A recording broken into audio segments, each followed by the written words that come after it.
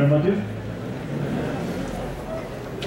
Bueno, en primer lugar, me place mucho encontrar tanta gente. La verdad es que hace rato nos conocemos con Renzo, hemos estado trabajando en otros asuntos y no estaba ni cerquita consciente del trabajo que están haciendo desde el punto de vista educativo. Eso es un punto bien importante y me place mucho que este tipo de temas que son de interés para todos tenga bastante acogida. En primer lugar, mi nombre es Nader Muñoz Ramos, como estaba diciendo hace un momento. Lo que vamos a hacer en este momento, de aquí en adelante, va a ser prácticamente hacer un recorrido por lo que son los estudios de impacto ambiental y tratar de mirar cómo cuando nos presentan este tipo de estudios muchas veces tratan de meternos los dedos en la boca. Pero para eso pues hay que pasar por como siempre ocurre, con una parte que es un poquito lenta, que tiene que ver con los aportes de este tipo de estudios. Inicialmente quiero comenzar con una reflexión inicial, y perdón la redundancia. ¿Por qué estamos aquí? ¿Porque somos líderes o porque somos liderados? Y lo traigo a colación porque pues ya ahora que pertenezco a la universidad me duele mucho que uno encuentre que cada vez que se hace, por ejemplo, una audiencia pública de estudio de impacto ambiental, muchos de los monitores llegan y a ver casi que con desdén cuando aparece una buceta de la Universidad de Tolima. ¿Por qué razón? Porque desgraciadamente lo están catalogando de una u otra forma como la gente que llega a torpedear los procesos. Lo que duele no es que eso ocurra, ni que se manifiesten con las cosas, porque como lo dice por ahí un programa de televisión, un espacio televisivo, dice: si usted tiene cualquier cosa para denunciarla, pues denuncie. Si hay que protestar, proteste. El problema es cómo lo hacemos. Y muchas veces lo que duele es que encuentra gente que, pues, no sé qué tiene en la cabeza. Usted les pregunta por qué están aquí y lo único que contestan es porque a la megaminería digamos no. Y uno dice pero ¿por qué le decimos que no? Y entonces contestan otra vez, porque a la megaminería digamos que no. Y bueno, pero no, ¿por qué? Y vuelve a expresar, porque lo único que sabemos es a la megaminería digamos que no. Ese tipo de situaciones no sirve para ninguna causa. Nosotros necesitamos llenar de argumentos para poder decir por qué razón tenemos que decirle a la megaminería algunas veces que no. Les digo, pues, básicamente con lo que en ese momento mi profesión de base es geólogo, en principio, como formación básica, debería estar a favor de la minería, ¿sí o no? Porque se supone que esa es mi razón de ser. Sin embargo, hay algo que le duele a uno más, y es pensar que en algún momento dice, bueno, ¿hasta qué punto se puede llevar a cabo la minería y en dónde sí y en dónde no? Y hay casos en el Tolima que, por desgracia, para el país, digo por desgracia desde el punto de vista económico, pero por fortuna, digamos, con la parte ambiental, no se deben hacer. Y eso lo vamos a tratar de hacer, porque aquí nos están tratando de meter a todos los dedos en la boca para decir que sí se puede hacer. Entonces, como muchas veces llegamos con el argumento solamente de que hay que torpedear por torpedear y a la megaminería digamos que no, la idea es que nos llenemos de argumentos para poder decirle por qué no. Y porque de los que hemos tenido el espacio y hemos participado en este tipo de discusiones, nos hemos dado cuenta muchas veces que los estudios que llegan ahí no sirven ni siquiera para trancar la puerta. No sirven para nada. Son una desgracia, es una defensa, es un atropello de la razón, como dicen por ahí, en un disco por ahí un poquito antiguo. Partamos del hecho. ¿En qué se fundamentan los estudios de impacto ambiental? Se supone, teóricamente, que decimos que toda acción humana tiene un efecto normal. Todo lo que hagamos, el solo hecho de respirar, produce un efecto. Y si ustedes se comienzan a revisar, por ejemplo, los orientales, los que están por al lado del Dalai Lama y toda esa gente, dicen que hasta la aleteo de una mariposa al otro lado del mundo puede producir un efecto. Y de eso comienzan a basarse muchas cosas. Esos efectos se traducen en impactos que pueden tener un cierto nivel de significación. Ahora, ¿qué es lo que tenemos que revisar en este tipo de cosas? ¿De qué tipo son los impactos? Positivos, no todo es malo. Algunas cosas de las que nosotros hacemos tienen un buen fin. Y digamos que parte de los proyectos tienen aspectos que son positivos. Generalmente, para la desgracia nuestra, el más positivo nosotros es el bolsillo. entre comillas, ¿no? Porque ustedes van a zona minera, lo primero que le dicen es que vamos a contratar a toda la gente de la región. Y con eso le tapan la boca a un montón de personas. Porque efectivamente en las fases iniciales contratan la gente para hacer la mano de obra dura y la más barata. Y cuando entran las otras etapas, normalmente corren a toda esa gente y traen solamente los del grupo ellos porque necesitan ocultar la verdadera ganancia que están obteniendo. Y hay aspectos que son negativos. Cuando tenemos la parte positiva, pues la idea es tratar de que eso positivo se incremente. Pero cuando tenemos la parte negativa, hay que empezar a pensar en qué se puede hacer con eso. Entonces ahí vienen todos los diferentes aspectos. ¿Qué podemos hacer? Eso es lo que dice un estudio de impacto ambiental. Cuando vamos a ver un esquema metodológico básico, común, se encuentra que tiene esta información. El esquema metodológico, por ejemplo, este que es básicamente modificado, de los que más se presentan, de un estudio del Ministerio de Obras Públicas y Transporte y del Medio Ambiente de España, que se usa mucho como referencia. Pero en esencia, cualquier libro de metodología de impacto ambiental le va a hacer un esquema parecido, muy similar a este. Le dice, primero hay que decidir, se va a hacer, aquí leía este estudio de impacto ambiental, ¿no? Aunque en realidad leía la sigla como tal, debería hacer evaluación del impacto ambiental. En realidad la primera parte es decidirse si se va a hacer el proyecto. Vamos a hacer un proyecto, cualquiera sea el proyecto como tal. Ahora, la primera pregunta que hay que hacerse es, ¿se necesita hacer un estudio de impacto ambiental? No todos los proyectos lo necesitan. ¿Alguien sabe cuáles? ¿Cuáles no? ¿Ejemplos?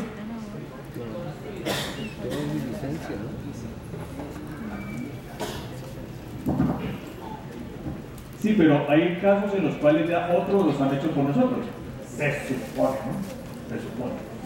Por ejemplo, si yo vivo en la ciudad de Ibagué y voy a construir una casa, de base sé que voy a producir un impacto ambiental. Ahora, ¿yo necesito hacer el estudio de impacto ambiental para sacar la casa? ¿Por qué no? Porque se supone que la ciudad debe estar planificada. Y se supone que el que hizo la planificación de una u otra forma ya hizo un prelevantamiento ambiental y dispusieron que en ese sector se puede construir una casa. ¿Qué es lo único que necesita uno?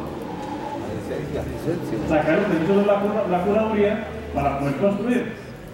Y ojalá que no le pasaron las torres país, ¿no? Y ustedes están dando cuenta en este momento, están a punto de volar las otras torres y van a bajar todo el sistema.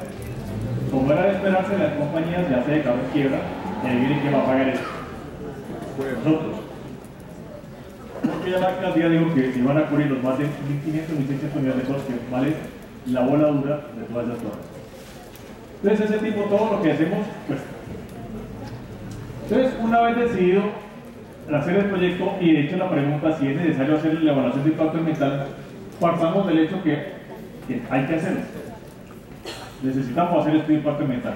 Entonces necesitamos mirar dos cosas. Una, por un lado, cuáles son las etapas del proyecto. Y por el otro lado tenemos que mirar las variables biofísicas y socioeconómicas que vamos a considerar para cruzar la información. Hasta ahí, nada raro. Entonces tenemos variables a considerar del medio socioeconómico, el medio biótico, lo vivo, el medio abiótico, lo que está muerto, pues, muerto entre comillas. De todas formas, esto no se puede analizar separadamente. Se describe el entorno y se analizan las variables o elementos susceptibles del cambio. Desde el otro lado, se supone que tenemos que hacer una descripción adecuada del proyecto y las actividades de las cuales van a conformar el proyecto como tal. Dado eso, entonces miramos qué tan agresivo es el proyecto y hacemos un cruce de información. Entonces miramos el estudio del entorno de la aplicación y al cruzar toda esta información de la actividad del proyecto con lo que tenemos, la oferta ambiental, nos van a dar un análisis de oferta y demanda y básicamente tenemos que identificar los impactos que van a producir, predicción y evaluación de esos impactos y mirar si hay alternativas posibles. Si ustedes en algún momento han participado en este tipo de estudios, se habrán dado cuenta que en los términos de referencia de algunos proyectos exigen que se analicen al menos 3 alternativas. En otros puede que las puedan obviar. Pero en este caso se dice, Hay alternativas, casi siempre le piden, ¿no? Estudia otras alternativas, se supone que hay que plantear otras, entonces se dice, si hay alternativas, hay que comparar las alternativas posibles, y si no, hay que ponderar y valorar los impactos. Después del cierre de estos dos pasos, terminan de decirle, bueno, balanceemos, miremos a ver cuál va a ser los impactos que van a generar el plan de manejo ambiental que vamos a llevar a cabo para poder salir del embrollo, digamos, que tiene el proyecto, el plan de seguimiento y control o de monitoreo y los planes de contingencia. Normalmente esto queda solo en el papel, porque casi siempre todas las empresas se retiran y el plan de contingencia o plan de cierre casi, pues muchas veces no ocurre, y es la parte difícil de manejar, es la parte que normalmente no tenemos acceso. Perdón. De acuerdo con esto, si este es el esquema del estudio de impacto ambiental, ¿cuál es la parte crucial del estudio? Es este centro que está aquí. Este centro es lo que conocemos todos como una evaluación del impacto ambiental. Ahí es donde está el problema. Y eso es lo que nosotros muchas veces cuando estamos revisando los estudios, si no somos prudentes, lo pasamos de largo y nos damos cuenta que ahí está el eje central.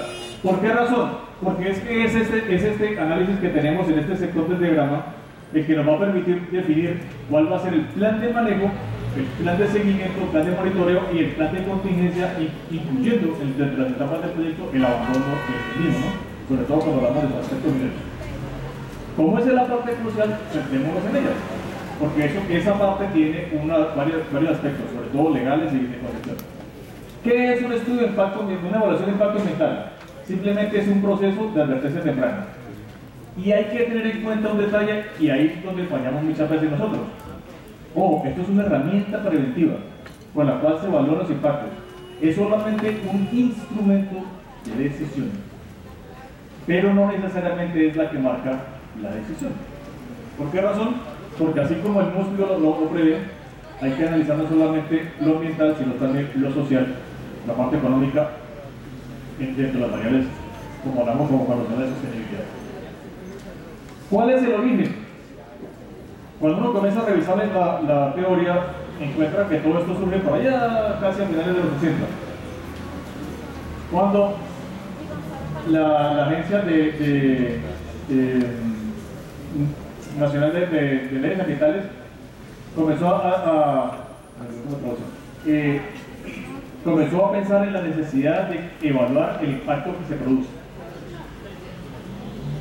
En el 69. En los 70 entonces comienza la introducción de principios básicos y técnicas analíticas de la evaluación del impacto ambiental. En la reunión mundial de Estocolmo tenemos entonces, ya comienza a hacer aparición ya pública. En el 79 el Banco Interamericano de Desarrollo declara la necesidad de tener la política medioambiental. Hacia el 89 el Banco Mundial, y todos sabemos la influencia que tiene el Banco Mundial al respecto de todos los proyectos, sobre todo cuando hablamos de financiamiento de los países en vías de desarrollo como el nuestro. Este es nuestro principal Orca Canacha, ¿no? Que es el que nos mantiene ahorcados en la parte económica, lo que tiene que ver con el Banco Mundial. Hacia el año 92 se dio la cumbre de Río, que marcó un hito en la historia del mundo, de lo que tiene que ver con la parte ambiental. Vamos a ver más adelante la parte legal colombiana. En el 2001 tenemos un protocolo borrador sobre estudios de impacto ambiental que tiene que ser aplicado a políticas, planes y programas, y en el 2004 entra en vigencia la directiva de la Unión Europea. Final de los 80 entonces tenemos efectos crecientes para enfrentar los efectos acumulativos. En los 90 desarrollo de los estudios y las evaluaciones de impacto ambiental, procedimientos para resolución de conflictos.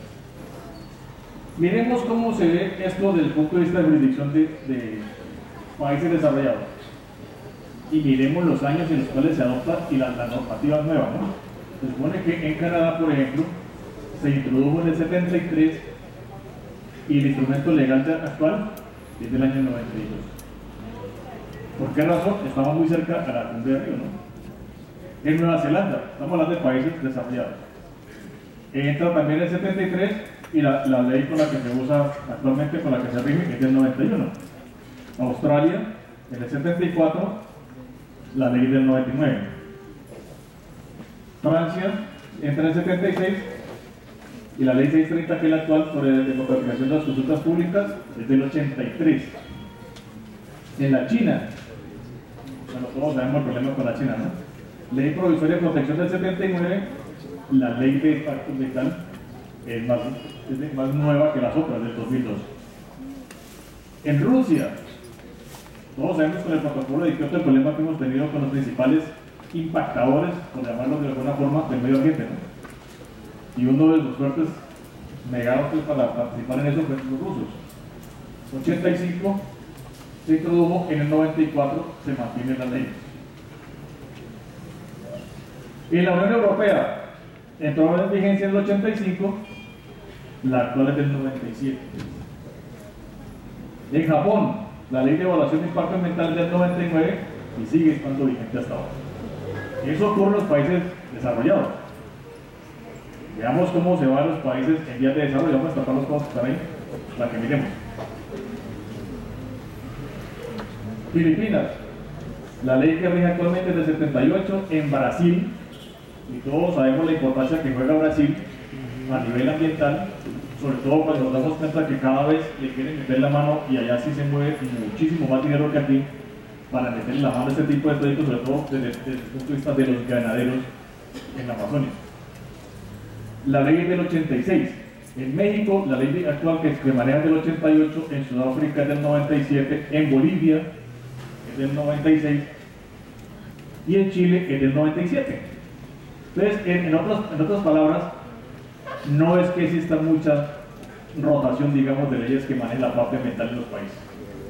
Veamos el caso colombiano. Todos conocimos, los que estamos, imagino que estamos aquí, de una u otra forma, la famosa ley 2811 del 74, que era el Código Nacional de los Recursos Naturales Renovables. Estamos hablando del 74. Y ahí fue cuando empezó de una u otra forma el país a meterse en la parte ambiental.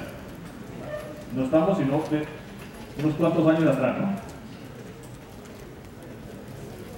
Después de la cumbre de Río, se dio un cambio importante en nuestro país. A finales del año 93, la cumbre de Río fue en el 92, a finales del 93 se promulgó la ley 99-93, que es la que creó el Sistema Nacional Ambiental. Luego viene, así, de las leyes actuales, la 1021 del 2006, que es la que expide la Ley General Forestal, el decreto 2820 del 2010, y no menciono los anteriores que lo vamos a ver un poquito más al final, que es la que rige básicamente en forma actual lo que tiene que ver con las licencias ambientales. El título octavo de la ley 99-93, que es lo que tiene que ver con licencias ambientales. Si nos ponemos a revisar los conceptos generales de las evaluaciones de impacto ambiental, revisemos los aspectos. Análisis temático, reproducible interdisciplinario de los impactos potenciales, tanto en acción propuesta como en sus alternativas y en los atributos diferentes. Ojo, aquí empiezan las fallas. Si ustedes revisan los estudios que están presentando, se dan cuenta que muchas veces de esto, de reproducible no tiene nada y de interdisciplinario mucho menos. Porque son estudios que, primero, no dicen cómo lo hicieron, y segundo, se nota que lo hace una sola persona. Y después llegan a decirle a uno que en esencia la persona era muy versada en el asunto y ustedes fue la que elaboró el estudio y que por tanto debe aceptar. Se supone que se debe asegurar que los recursos ambientales se reconozcan desde el principio en el proceso de decisión y se protejan. Igualito lo que está haciendo el procurador. Es un proceso de advertencia temprana y análisis continuo que protege los recursos ambientales contra daños injustificados o no anticipados. ¿Se cumple, cierto? En nuestro país se cumple muy bien eso. Convierte el lenguaje y la intención de las leyes ambientales en un grupo uniforme de requisitos técnicos y de procedimientos, de análisis temático de las acciones humanas mucho antes de su ejecución. Sí, eso es cierto. El problema es que, aún a pesar de los resultados, como se vean, por encima de todo los llevan a cabo, no necesariamente teniendo en cuenta los daños que ocurren. La implementación eficiente de un proceso de evaluación de impacto ambiental requiere esfuerzos significativos premeditados y cooperativos entre muchas entidades y sectores. Eso lo dije hace un momento, tiene que ver con la parte de la interdisciplinariedad que se necesita para poder sacar adelante este tipo de estudios. ayuda a la resolución de problemas cuando es bien manejado. Eso es cierto. Se supone que esa es la base y los conceptos por los cuales se debe hacer para tomar las decisiones mucho más sustentadas. Depende del grado, el estudio de la efectividad depende del grado de prioridad nacional, regional o local que tenga la calidad ambiental, y aquí la falla de todos. Porque aquí esto es muy subjetivo. ¿Cuál es la prioridad nacional, regional o local? Hablemos del caso colombiano. ¿El problema es de plata? ¿Dónde está la principal fuga de la plata? ¿En los recursos mineros? ¿O en los bolsillos de un poco de gente que ya los impuestos y se van del país como la contadora, ¿no? O en los casos de Uribito, Luis Carlos Restrepo y digamos por ahí derecho.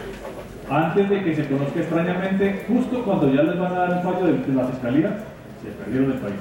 El problema no es de plata solamente, digamos que es una buena fuente importante de dinero para la economía nacional. Pero eso no justifica que se tome ese tipo de determinaciones por encima de lo que eso va a pasar. La adopción de un sistema de evaluación de impacto ambiental puede conllevar decisiones económicas difíciles, compromisos políticos y sociales fuertes. Y eso es lo que estamos viendo en este momento. Yo creo que después del caso de Piedras, básicamente se produjo el revolcón más grande que ha tenido. Y digamos, no la consulta, pero digamos el escenario de participación ciudadana, que por fin se está tratando de hacer valer por encima de los intereses de un pequeño grupo de inversionistas. Y si vamos rápidamente entonces por las bases generales, se supone que es aplicación preventiva integrada de políticas ambientales, incorporación de la dimensión ambiental en la planificación y toma de decisiones, que es lo que le decía hace un momento. Ojo, esto es un instrumento de decisión. Se supone que la base está unida a la parte de la dimensión ambiental en la parte de la planificación, pero debe tener principios de sostenibilidad. Y aquí donde sea el que me diga que la minería es sostenible, me está dando física para eso. ¿O quién la defiende?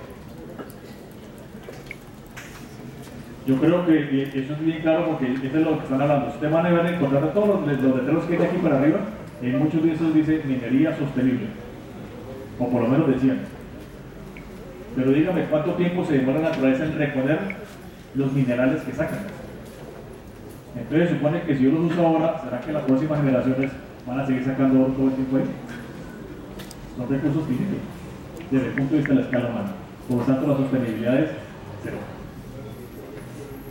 Compatibilidad de protección ambiental con crecimiento económico es lo que ellos justifican para hacer una minería de ese tipo. Predicción y reducción de impactos ambientales negativos y optimización de beneficios e impactos positivos. De eso es lo que les decía que hay que cuidarnos. Porque ellos siempre van a decir, ojo, aquí no ganamos solamente nosotros, ganan ustedes. Porque el principal impacto positivo, si ustedes ven en este tipo de trabajos, siempre será en la parte socioeconómica. Pero, y es lo que uno nunca le dice, entonces está el pero del asunto, es que eso solamente ocurre en las fases iniciales de ese tipo de proyectos. Porque en las otras fases ya no va a ser la prestación. O dígame, por ejemplo, el Cerrejón, si está muy bien establecido este momento, o si hay suficiente infraestructura después de una minería que lleva cuántos años del Cerrejón, cuántos años sacando carbón, volumen impresionante, y vayan bien los pueblos de los alrededores en qué condiciones están. Prevención de impactos ambientales negativos derivados de acciones humanas, es la base que están ahí, aplicaciones de medidas para lograr niveles ambientales aceptables, conocimiento amplio e integrado de impactos ambientales, todo eso es lo que busca el estudio de impacto, ¿no? Generación de un conjunto ordenado reproducible de antecedentes para decisiones informadas, incorporación sistemática de la ciudadanía. Esto sí que es fácil. Este es el problema que tienen porque, si ustedes recuerdan un mensaje que hace poco envió Renzo, en el que decía que por fin ya están comenzando algunos sectores a pensar seriamente en la inversión en minería en el Tolima, porque se supone que la gente no deja hacer minería. Si ustedes están siguiendo los mensajes que están llegando de Renzo, recordarán ese mensaje. Entonces, ya hay gente que se pronuncia supuestamente en contra de la minería en el Tolima. Incentivo del ahorro de recursos financieros y materiales y el servicio de la toma de decisiones. Eso es lo teórico que hay de la evaluación del impacto ambiental. Y es obvio, se supone que bien manejado debería ocurrir todo eso. La pregunta es, ¿hasta dónde eso ocurre realmente en nuestro país? Sí, señor. Y ahí es donde quedan las dudas, ¿no? Si vamos a ver un poco más de lo que tiene que ver con el marco legal de todo esto, se supone que hay una serie de principios que se deben manejar ahí. Principios básicos. Empecemos por mirar que es un principio, un precepto general. Como dice ahí, no posee una consecuencia jurídica, es una vaina general. Sin embargo, revisemos que todas las normatividades siempre se empiezan hablando muchas veces de los principios en los cuales se rigen. Y son como el ámbito en el cual se enmarca toda la normatividad para poder crearla. Se supone que los principios deben estimular la creación de las nuevas reglas y deben interpretar y concretar los propósitos y objetivos de las normas. Ahora, ¿cuáles son los principios básicos que debemos tener en cuenta cuando hablamos de la evaluación del impacto ambiental? Acción preventiva. Se supone que este principio es un principio básico. Prevenir el deterioro del medio ambiente. O sea, y hablando ya otra vez, primero en la redundancia, en principio, eso es cierto. El problema es hasta dónde lo llevamos o lo hacemos valer. En algunos casos tenemos que tener en cuenta que el medio ambiente puede tener daños irreversibles, ¿no? Ahora, también debemos tener en cuenta porque también existen también en la naturaleza espacios que están contaminados per se, es decir, por naturaleza misma. Hay minerales, por ejemplo, cargados de cianuro, la base, y son naturales, están ahí. Entrar a esa área pues, a castigarla porque está contaminada, pues, o sea, no es una acción humana, pero hay que tener cuidado con ella.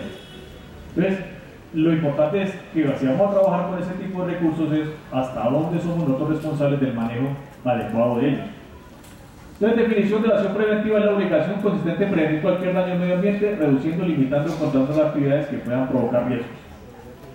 Ustedes se han dado cuenta últimamente algunas acciones no muy elegantes de unos grupos particulares que hacen este tipo de cosas, ¿no? Este es pequeñito.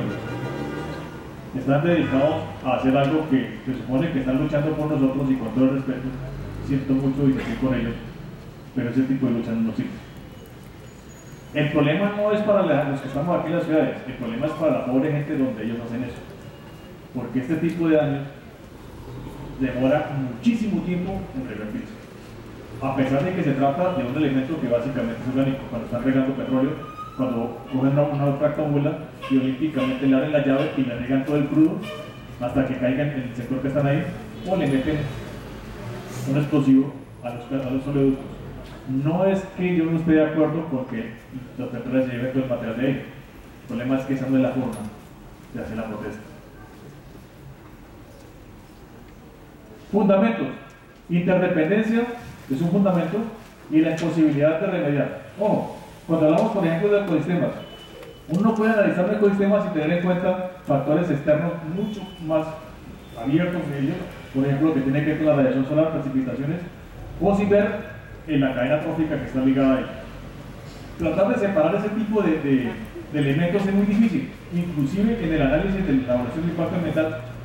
Tratar de sacar solo los socioeconómicos y tener en cuenta de una u otra forma el momento en que esté evaluando los otros parámetros es bien difícil, y eso es lo que hace que el análisis sea muchas veces muy subjetivo y sean criticables por ese tipo de cosas.